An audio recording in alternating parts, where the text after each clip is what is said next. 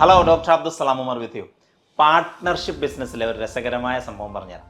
അപ്പോൾ നമ്മൾ ബിസിനസ് ഇമർഷന് വന്ന ഒരു 10-12 കമ്പനികൾ എടുത്ത് നോക്കിയാൽ ഒരു 6 കമ്പനികൾക്ക് ഉണ്ടായിരുന്ന ഒരു പ്രശ്നം, ഇവർ പാർട്ട്ണർഷിപ്പിൽ ഫ്രണ്ട്സായിട്ടോ അല്ലെങ്കിൽ അവർക്ക് പാർട്ട്നേഴ്സായിട്ട് തുടങ്ങിയതായിരിക്കും. ഒന്നെങ്കിൽ 2 പേര് 50-50, അല്ലെങ്കിൽ 3 പേര് 33-33-33, അല്ലെങ്കിൽ 4 പേര് 25-25-25, അല്ലെങ്കിൽ 5 പേര് 20-20-20. അങ്ങനെയാണ് പാർട്ട്ണർഷിപ്പ് ഉണ്ടാകും.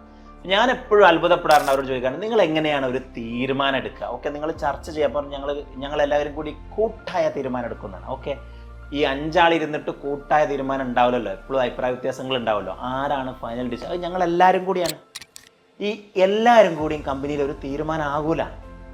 ആമസോണിൽ ജെഫ് ബാസോസ് തീരുമാനം എടുക്കണം, ടെസ്ലയിൽ നമ്മുടെ ഇലോൺ മസ്ക് തീരുമാനം എടുക്കണം, ലുലുവിൽ യൂസുഫ് ഭായ് തീരുമാനം എടുക്കണം, നെസ്റ്റോയിൽ ബഷീർക്ക തീരുമാനം എടുക്കണം, മൈജിയിൽ ഷാജി തീരുമാനം എടുക്കണം. ചുരുക്കി പറഞ്ഞാൽ എല്ലാ ബിസിനസ്സിലും പാർട്ട്ണർമാരൊക്കെ ഉണ്ടാവുമെങ്കിലും ഒരാൾക്ക് ഒരു മുൻകൈ അല്ലെങ്കിൽ മേൽക്കോയ്മ ഉണ്ടാവും. അത് അയാൾ 51%, മിനിമം 51% ഒരു മേൽക്കോയ്മ ഉണ്ടാവും. അങ്ങനെ ആകുമ്പോൾ എന്താണെന്ന് വെച്ചാൽ എല്ലാവരും കൂടിയിരിക്കും, എല്ലാവരും ചർച്ച ചെയ്യും, പക്ഷേ ഫൈനൽ തീരുമാനം MD എടുക്കും. ഈ MD എന്ന് പറയുന്ന ആൾ മിക്കവാറും അല്ലെങ്കിൽ അതിൻ്റെ ചെയർമാൻ എടുക്കും. ഈ ചെയർമാൻ എന്ന് പറഞ്ഞാൽ അതിൽ ഏറ്റവും കൂടുതൽ സ്റ്റേക്ക് ഹോൾഡ് ചെയ്യുന്ന ആളായിരിക്കും.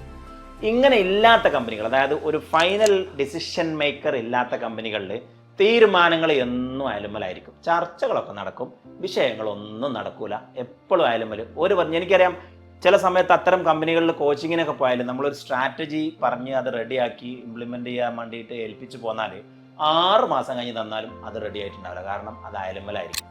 ആ ഒരു വീറ്റോ പവർ ഒരാൾക്ക്, നമ്മൾ അയാളെ ബഹുമാനിക്കണം. നമ്മൾ തന്നെ സെലക്ട് ചെയ്യേണ്ടത്, നമ്മളെ കൂട്ടത്തിൽ ഒരാളെ MD ആക്കി വെച്ചിട്ട് നമ്മൾ തന്നെ സെലക്ട് ചെയ്തിട്ട് അയാളുടെ തീരുമാനങ്ങളെ നമ്മൾ എന്ന് ബഹുമാനിക്കാൻ പഠിക്കുന്നോ അന്ന് നമ്മളെ കമ്പനി ഗ്രോ ചെയ്യും. 33-33-33, 25-25-25, 20-20-20 എല്ലാവർക്കും തുല്യ അധികാരമാണെങ്കിൽ ആ കമ്പനി വലുതായിട്ട് വളരാനുള്ള സാധ്യത വളരെ കുറവാണെന്നുണ്ടെങ്കിൽ വളരെ കുറവാണ്.